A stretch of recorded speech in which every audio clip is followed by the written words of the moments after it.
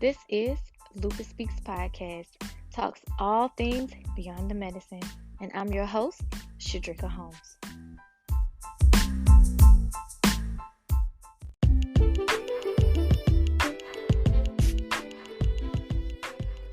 I am not a healthcare professional or a licensed therapist. If you are in need of any professional help, I use and recommend Jesus. No, I'm just kidding. But for real, any information that I share on this podcast is from my experiences and my experiences only. So if you are looking to make any lifestyle changes, then I highly recommend you speaking with your doctor first. Without further ado, let's get back to the show.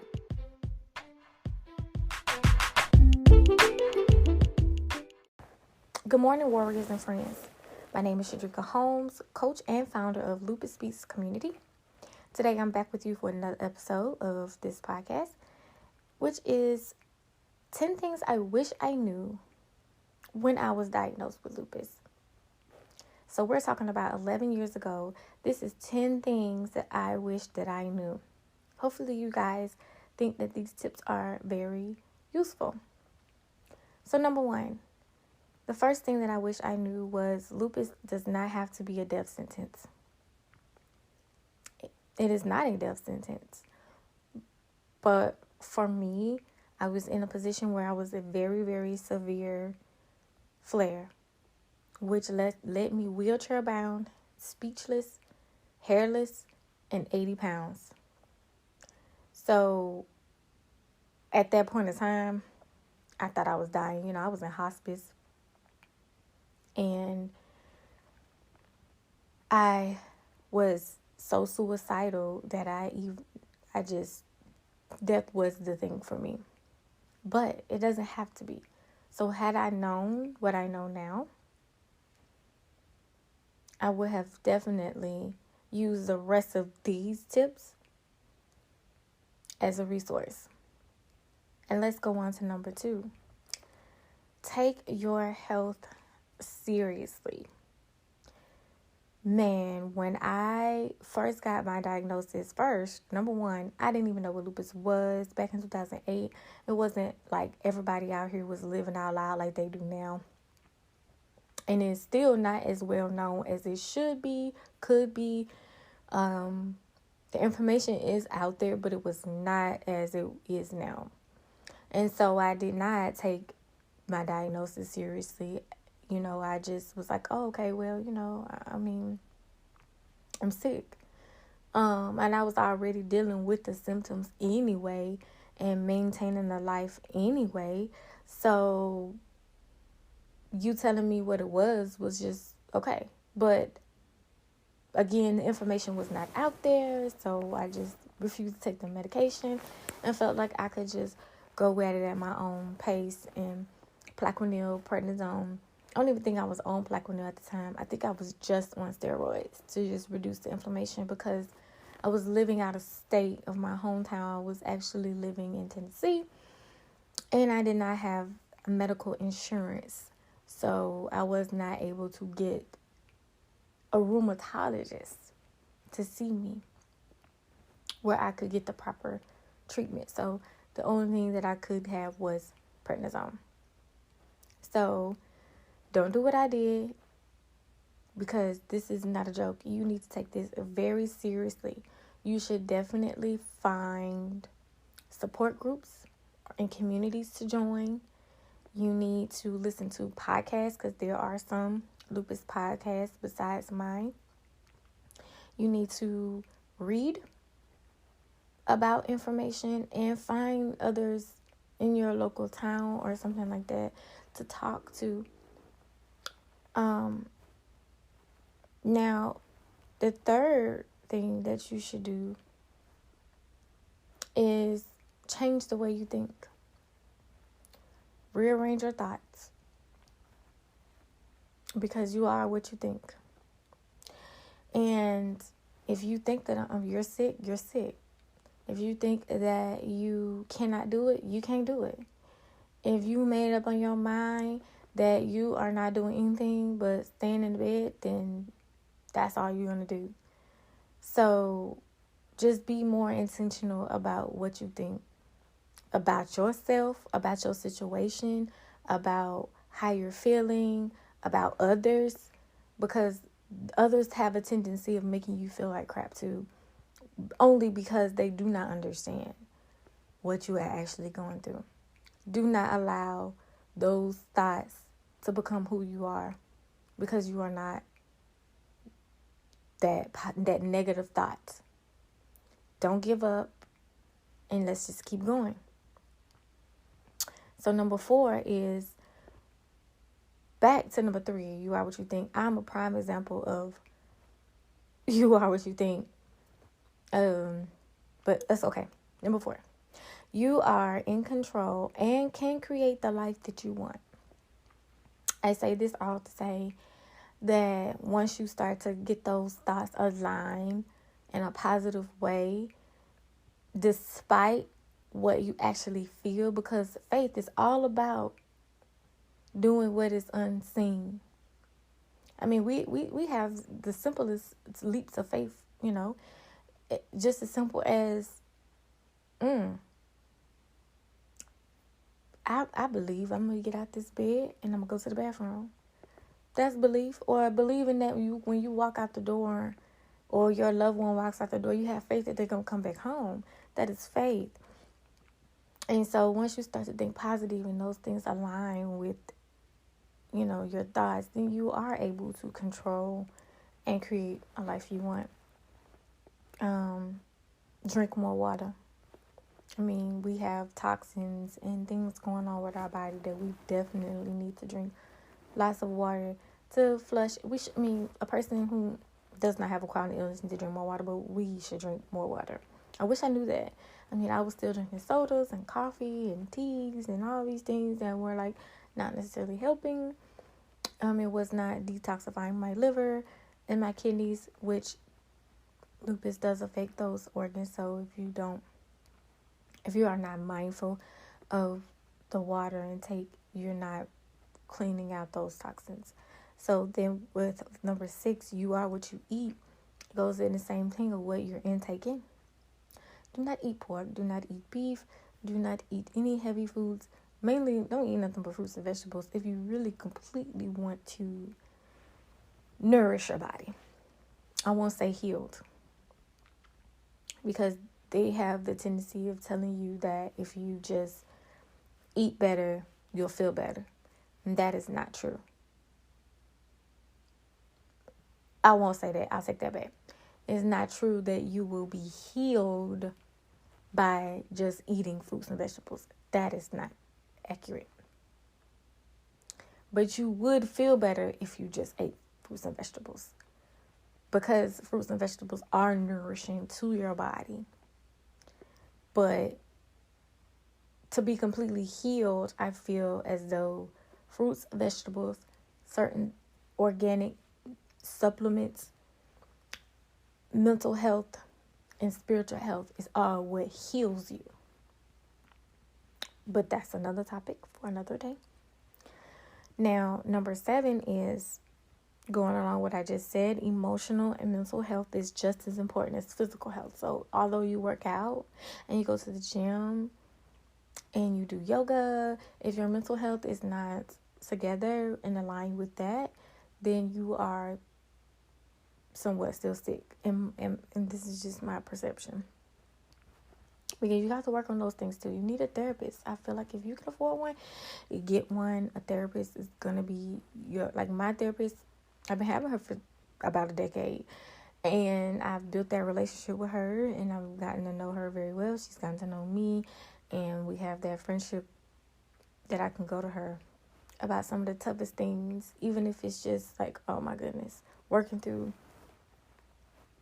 the regular stuff that we already go through, working through boyfriends and relationships and people leaving me because I'm sick, or people mistreating me because I'm sick, or mistreating myself because I'm sick, or so I thought. Now, number 8 is going to be okay. It really is going to be okay. Once you align everything and The thing about lupus is you have to be responsible for your own health, your own life. And we're talking about adults here. We're not talking about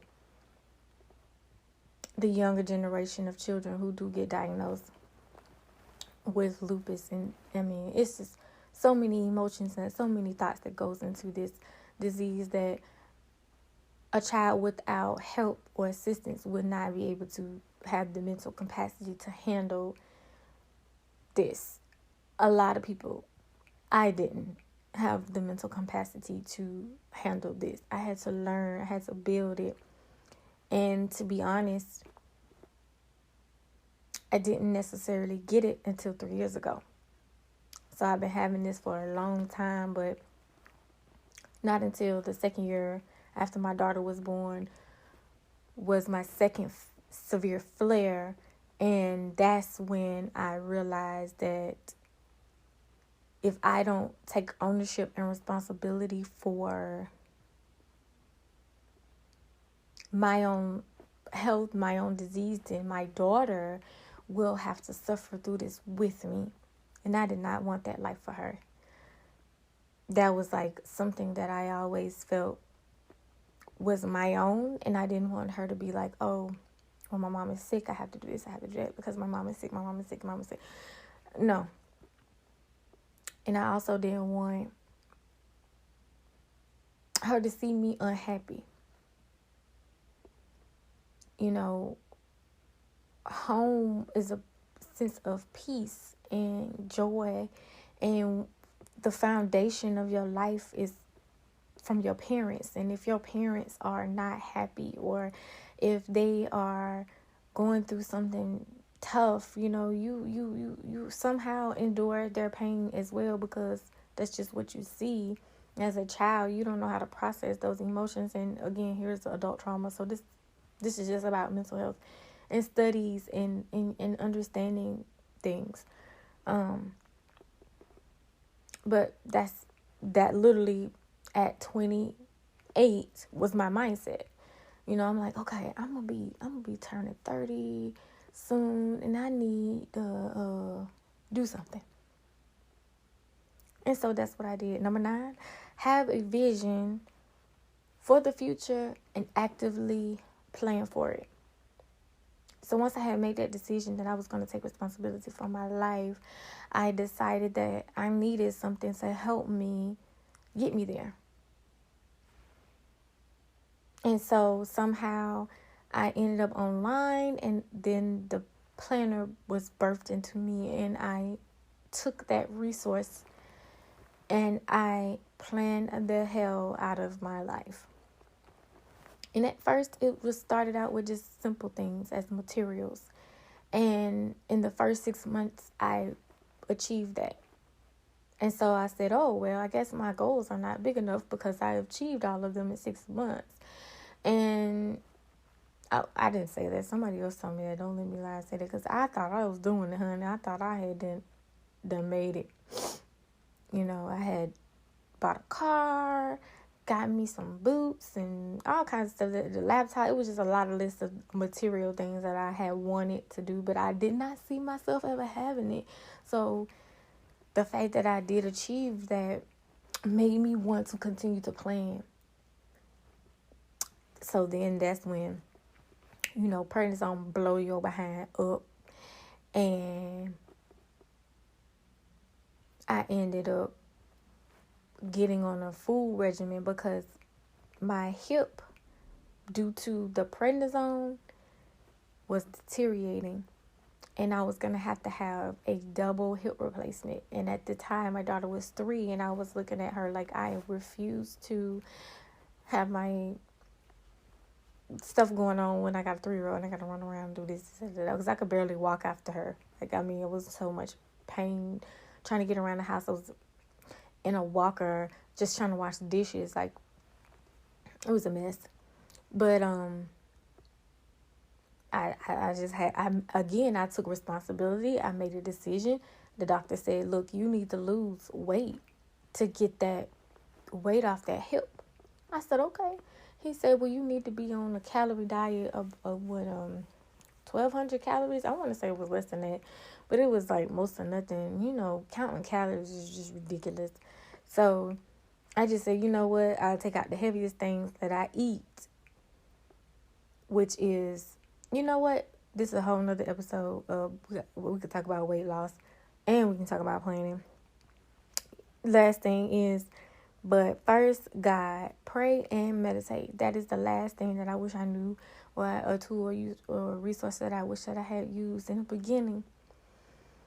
Because I'm just now using that as a resource. And yes, life is great. It's a blessing. It's something I cannot complain. Yes, we got stuff, but it's nothing compared to 5 years ago, 7 years ago. Nothing. I trust myself. I trust God, and I trust that He has plans for me. Hint, this whole podcast came from 1, planning, 1, my faith in believing I could do something outside of being sick, and 3, just visualizing something, having something else, having created something. Now, whether this goes viral or not, that is not my intention. My intention is to get you guys to be on a mental capacity to be able to handle this disease when you first in the door. For a person who has already had this disease and somewhat established, they kind of already know, what to look at or how they already feel and whatnot.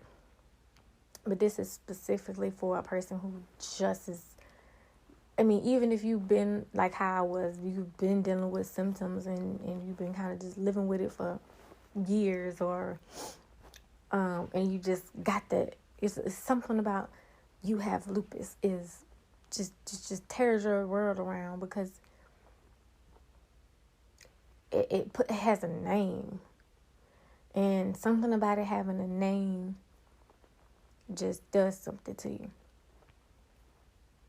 I just want to, encourage you to do is don't let that quote unquote lupus take you down, because it doesn't have to. Thank you for listening. If you enjoyed this episode, please share with your family and your friends.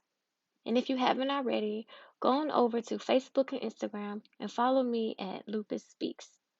For show notes and more information, please go over to www.lupusspeaks.org.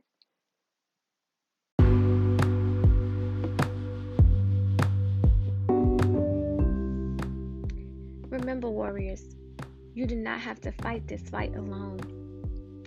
I am with you, and I understand. Until next time, peace and be intentional.